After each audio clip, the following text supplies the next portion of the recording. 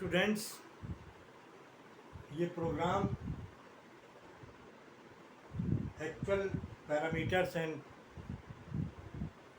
Formal parameters का है, जिनमें दोनों का डिफरेंस इस प्रोग्राम में मैंने बताया। ये प्रोग्राम बहुत इम्पोर्टेंट है। आप बड़े बड़े प्रोग्राम्स में लिखते हैं, कुछ चीज़ें बुक्स में छूटी हुई हैं, कुछ किसी बुक्स में दी हुई हैं, किसी बुक्स में दी हुई हैं। आपको एक कन्फ्यूज़न सा बना रहता है। इस प्रोग्राम के थ्रू मैं आपका कन्फ्यूजन दूर कर दूंगा। Actual parameters are variables passed into function during function call. दूसरा क्या है कि formal parameters are the variable declared in the function defined that receive the values. Calling function is the main function. Called function defined function होता है। जो function defined होता है उसको कॉल्ड फंक्शन कहते हैं। अब यहाँ पर देखिए, एक फंक्शन डिफाइन किया है, in sum integer x integer y, और इसकी वैल्यू रिटर्न हो गई है। इंटीजर में जब रहता है तो वैल्यू रिटर्न होती नहीं है। ये फंक्शन ही इसी टाइप का है। कुछ फंक्शन ऐसे भी होते हैं जो विदाउट रिटर्न वैल्यू के होते हैं, लेकिन यहाँ पर रिटर्न ये फंक्शन डिफाइन है। ये फंक्शन कॉल्ड है, यहाँ पर ये फंक्शन कॉल्ड। अब देखिए, क्वेश्चन ये है कि जब फंक्शन को कॉल किया जाता है तो यहाँ पर इंटीजर ए और बी हमने ले लिया। इंटीजर, सम इंटीजर ए और इंटीजर बी। आपको कहीं कहीं प्रोग्राम में ऐसे भी लिखा मिलेगा और आप ऐसे भी लिख सकते हैं। ऐसे मैंने इसलिए लिखा है ताकि एक्चुअल में आपको समझ में आ जाए कि ये चीज़ है क्या। जो सम और ए और बी जो लिख दिया गया है, एक्चुअल में है क्या। ये सम इंटीजर ए है, इंटीजर बी। यहाँ पर कोई भी वैल्यू, मान लीजिए एक वैल्यू 5 है, एक वैल्यू 3 ले लें। यहाँ पर एक वैल्यू 5 है और एक वैल्यू यहाँ पर 3 ले लें, तो आपको जो आउटपुट मिलेगा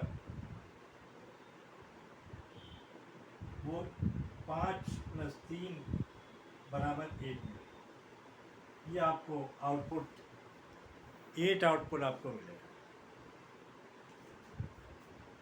ज़्यादातर बुक्स में यही दिया होता है कि सम ए बी, या तो यहाँ पर वैल्यू दे दी जाती है, लेकिन मैंने इसीलिए यहाँ पर आर करके some integer a some integer B. अब क्वेश्चन ये है कि ये जो फंक्शन है, इंटीजर का फंक्शन है, यहाँ पर x और यहाँ पर y, दो इंटीजर हमने माने हैं। ये फॉर्मल पैरामीटर्स हैं।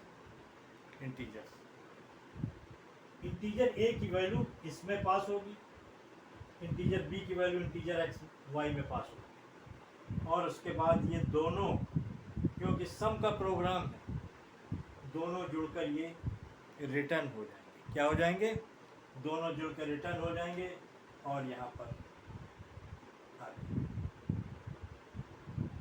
उम्मीद है कि आपके समझ में आए। इसका मैं एक प्रोग्राम भी आपको, अभी इसका एक प्रोग्राम भी मैं आपको लिखकर बताऊंगा और लिखकर आपको दूंगा कि उस प्रोग्राम में क्या है एक्चुअल में।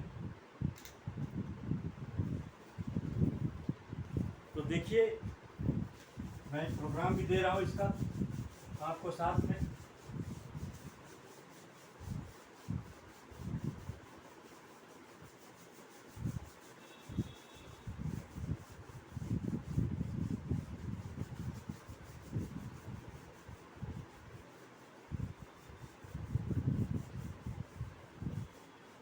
तो आपको अच्छी तरीके से समझ में आ जाएगा कि क्या है, क्या फर्क है दोनों में।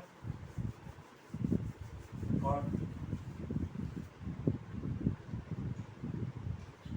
ये देखिए प्रोग्राम है, include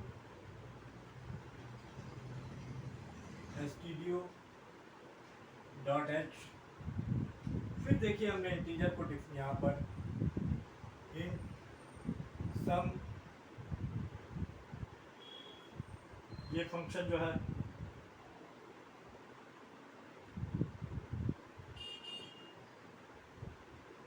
int x int y, इसको अपने फंक्शन को यहाँ पर डिफाइन किया है और यहाँ पर रिटर्न x प्लस वाई, यहाँ से ये आपका जो है फंक्शन डिफिनीशन है, फंक्शन डिफिनीशन है।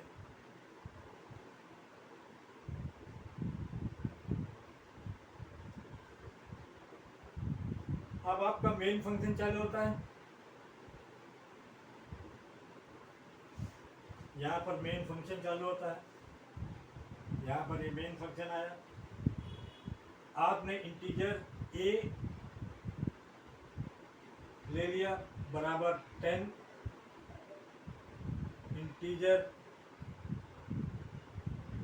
और b ले लिया आपने बराबर 20। ये देखिए दो इंटीजर यहाँ पर आपने ले लिया और उसके बाद क्लियर स्क्रीन। अब इसके बाद जो है एक वेरिएबल हमने और यहाँ पर ले लिया है, int c एक वेरिएबल ले लिया है।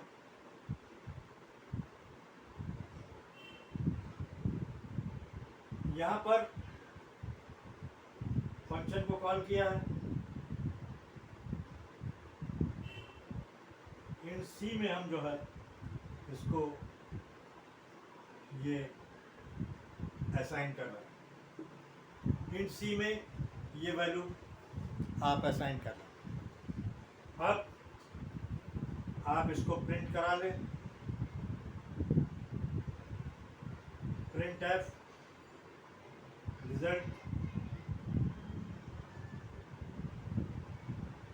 इज, इसी को आप यहाँ पर प्रिंट करा दिए, यहाँ पे गेट ch। देखिए ये वैल्यू a से यहाँ पर ट्रांसफर होगी x में, a से वैल्यू जाएगी x में, b से वैल्यू जाएगी y।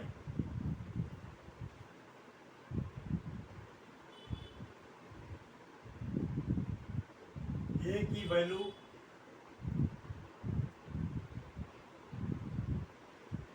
x में जाएगी, b की वैल्यू y में,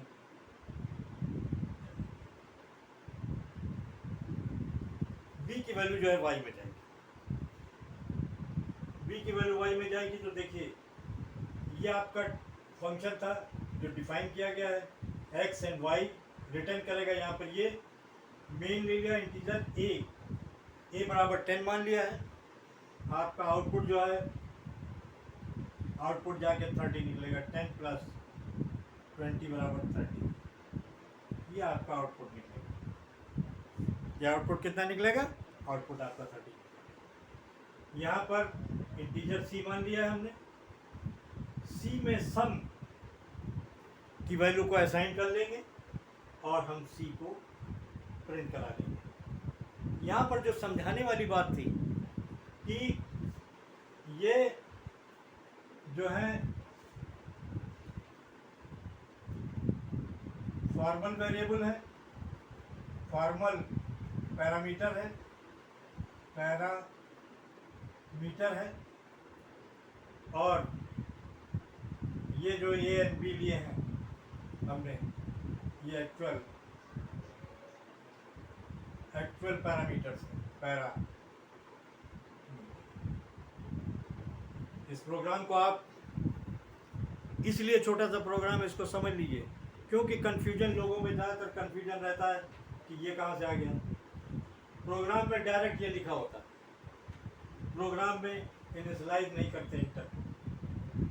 अगर यहाँ पर आप चाहते कि 10 20 ना लेते, सीधा आप यहाँ लिख देते तो अभी फर्क नहीं पड़ता था। लेकिन अब आपको ये है कि इसमें ये 10 जाएगा, इसमें ये जाएगा। ए की वैल्यू क्योंकि 10 है और बी की वैल्यू 20 है, आउटपुट इसका जो है आपको 30 मिलेगा। तो ये था ये प्रोग्राम जो कि आपके समझ में आएगा।